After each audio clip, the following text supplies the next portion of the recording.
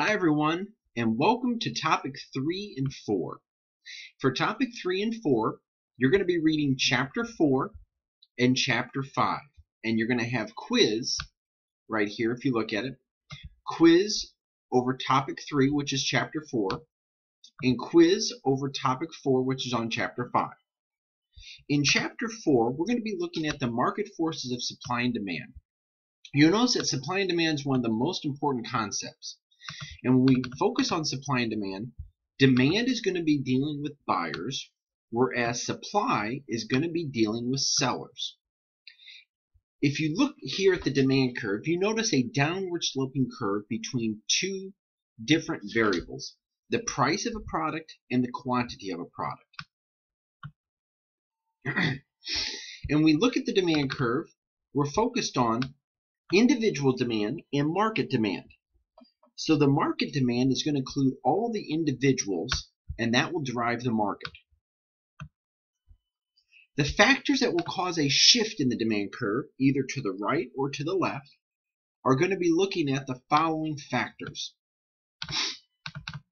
So a right shift of the demand curve, everything starts here at D1. Anything goes to the right, goes to D2, goes to the left, goes to D3. Factors that cause the demand curve to shift. The income, price of related goods deals with substitutes and complements, taste, expectations, and number of buyers in a market. Now when we look at supply, supply is dealing with sellers. And supply is dealing with how much sellers are willing to supply a good at various prices.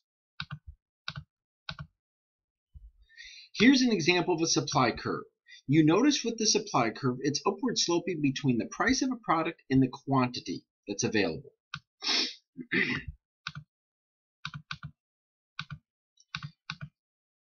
Now an increased supply is represented going to the right, whereas a decreased supply is represented going to the left. The factors that will shift the supply curve are input prices, that's the that is the products to make the product, technological advancements, expectations about the future, and number of sellers. Now we put all of them together, we have what's called equilibrium. And if you notice this graph right here, when supply and demand intersect, it's called equilibrium. This is where the market agrees upon the price and quantity that's established in the market. If you look, an example of equilibrium would be if we focus on the store. That's the store's price. After buyers and sellers focus on the factors of supply and demand, they agree upon a price that's acceptable to sell that particular product. And that's how they figure out $2. Now in chapter 5, we're going to be dealing with elasticity. Elasticity is focused on how consumers respond to changes in the price of a product. So all of us see a change in the price of a product, for example, like gasoline, and we have to decide whether we should purchase gasoline or not, depending on certain determinants. And we have two types of goods here. An elastic good is when there's a large change to demand, which means people might not buy it. Inelastic good is when there's a very small change in demand, which means people will probably continue to buy it. The factors of elasticity, how many substitutes are there? If there are no substitutes in a market, you're going to have to buy it, so it's going to be more inelastic. If there are a lot of substitutes, you can buy another product, so it's going to be elastic. Necessities are going to be more inelastic, whereas luxuries are going to be more elastic because we don't have to buy them. How defined is the market? How much time we have to purchase it? The more time we have available, the more we have available to shop, the more elastic it will be. So now, let's go over some of the quiz questions that you might see for chapter 4 or topic 3. I might not go over all of them,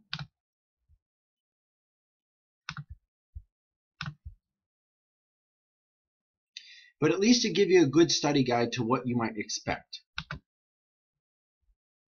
A market is where there's buyers and sellers. Question 2, make sure to focus on the definition.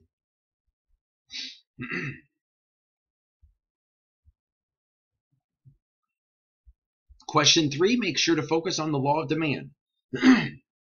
Whereas there's a change in price, which will equal a different amount that is purchased. Again, with the demand curve. A decrease in the price of a good. This is a very tricky question. It's related to the law of demand. Be very careful on that question.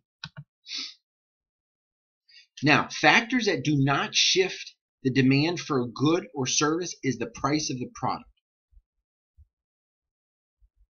And that question will come back on question 7 as well. The price of a product is not.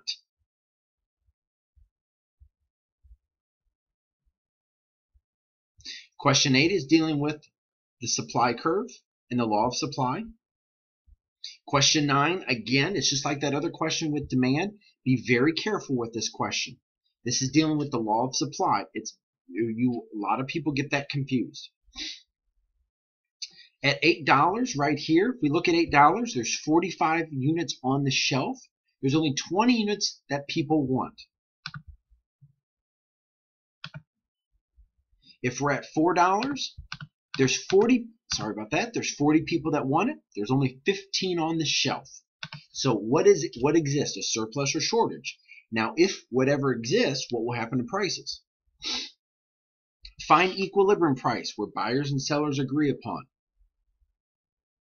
What's the equilibrium quantity? Look where they intersect.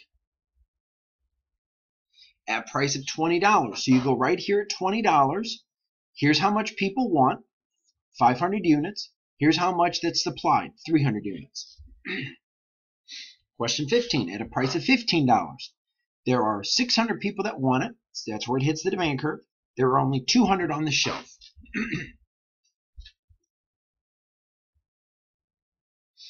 That is topic 3 quiz. Let's now go to topic 4 quiz.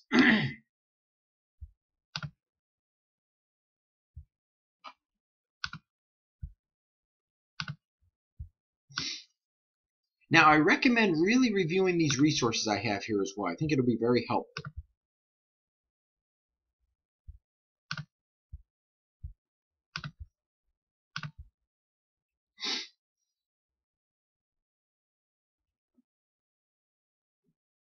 Okay, elasticity. Look at the definition. How buyers respond to price changes. Question 2, again, goes back to the definition of elasticity.